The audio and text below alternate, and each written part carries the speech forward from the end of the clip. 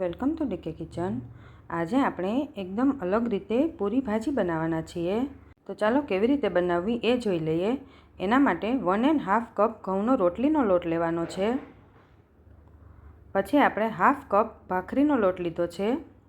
ભાખરીનો લોટ થોડો કરકરો હોય છે જેથી આપણી પૂરી થોડી ક્રિસ્પી થાય। આપણે તેમાં મીઠું સ્વાદ પ્રમાણે એડ કરી દેવાનું છે। 1/2 ટીસ્પૂન જેટલું લાલ મરચું, 1/2 ટીસ્પૂન જેટલી હળદર, 1/2 ટીસ્પૂન જેટલું ધાણા જીરું, 2.5 ટેબલસ્પૂન જેટલું તેલ એડ કરી દેવાનું છે આપણે। પછી તેને આપણે સારી રીતે મિક્સ કરી લેવાનું છે। આ લોટને એકદમ કઠણ નથી બાંધવાનો, એટલે આપણે પાણી થોડું થોડું એડ કરતું જવાનું અને લોટ બાંધી લેવાનો છે। લોટ આપણે એકદમ સોફ્ટ પણ નહીં અને એકદમ કઠણ પણ નહીં એવો પરાઠા જેવો તૈયાર કરી લેવાનો છે। લોટ આપણો તૈયાર થઈ ગયો છે તો આપણે તેને ઢાંકીને મૂકી દઈએ। હવે આપણે એક મસાલો તૈયાર કરવાનો છે। એના માટે સૂકા ધાણા લેવાના છે, થોડી વરિયાળી, થોડું જીરું અને થોડા આખા મરી લેવાના છે। તેને આપણે સ્લો ફ્લેમ પર થોડા શેકી લઈએ। તેમાંથી સરસ મજાની સુગંધ આવે એટલે આપણે તેને ગેસ બંધ કરીને ઉતારી લેવાના છે। ઠંડા કરીને આપણે ખાંડી લેવાના છે। તેને આપણે મિક્સચરમાં દળવાના નથી, અધકચરો પાવડર કરવાનો છે। પછી આપણે એક પેનમાં 3 થી 4 ચમચા જેટલું તેલ લઈ લેવાનું છે। તેલ ગરમ થાય એટલે આપણે તેમાં જીરું નાખવાનું છે। પછી એક સૂકો લાલ મરચાં, એક લીલું મરચું, થોડા મીઠા લીમડાના પાન નાખી દેવાના, હિંગ થોડી નાખી દઈએ, હળદર અડધી ચમચી જેટલી, 2 ચમચી જેટલો આપણે જે મસાલો ખાંડીને રાખ્યો હતો એ નાખવાનો છે। મસાલાને આપણે તેલમાં 1 મિનિટ માટે સાંતળી લેવાનો છે। પછી તેમાં એક ટમેટાને આપણે ઝીણું કટ કરીને નાખી દેવાનું। હવે આપણે મીઠું સ્વાદ પ્રમાણે એડ કરવાનું છે।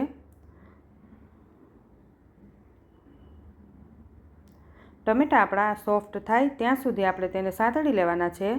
પછી 1 ચમચી જેટલું લાલ મરચું, 1 ચમચી ધાણા જીરું, થોડો ગરમ મસાલો નાખી દેવાનો। હવે એને પણ આપણે તેલમાં 1 મિનિટ માટે સાંતળી લેવાનું છે। પછી 3 બાફેલા બટેકા લીધા છે, તેને આપણે હાથેથી જ મસળીને નાખવાના છે। આપણે તેને કટકા કરીને નથી નાખવાના।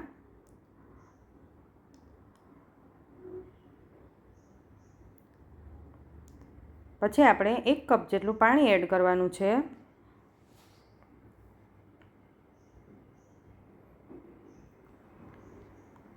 પછી તેમાં 1 ચમચી જેટલી કસૂરી મેથી એડ કરી દેવાની। કસૂરી મેથીથી સુગંધ પણ સારી આવશે અને સ્વાદ પણ સારો આવશે। હવે આપણે આ ભાજીને 5 મિનિટ માટે સ્લો ફ્લેમ પર ચડવા દેવાનું છે। 5 મિનિટ થઈ ગઈ છે, આપણી ભાજી એકદમ સરસ તૈયાર થઈ ગઈ છે। અહીંયા તમે છેલ્લે લીલા ધાણા પણ એડ કરી શકો છો, મારી પાસે નથી એટલે મેં નથી એડ કર્યા। ભાજી આપણી તૈયાર થઈ ગઈ છે તો ગેસની ફ્લેમ બંધ કરીને આપણે તેને ઢાંકી દઈએ। પૂરી બનાવવા માટે લોટને થોડો મસળી લેવાનો। પછી જે સાઇઝની પૂરી બનાવવી હોય એ સાઇઝનો લુવો લઈને પૂરી બનાવી લેવાની છે।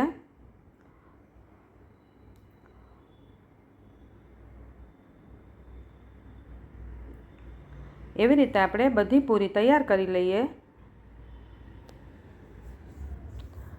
હવે તેને આપણે તળી લેવાની છે। પૂરી બનાવતી વખતે ગેસની ફ્લેમ હાઈ રાખવાની, તો જ પૂરી ફૂલાય। એવી રીતે આપણે બધી પૂરી તૈયાર કરી લેવાની છે।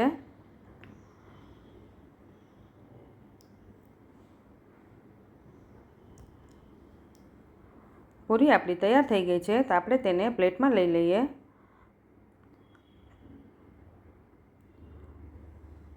તો તૈયાર છે આપણી પૂરી અને ભાજી।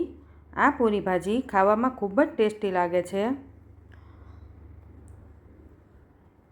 તમે પણ ઘરે જરૂરથી ટ્રાય કરજો। જો તમને મારો વિડીયો ગમ્યો હોય તો લાઇક, શેર અને સબસ્ક્રાઈબ જરૂર કરજો।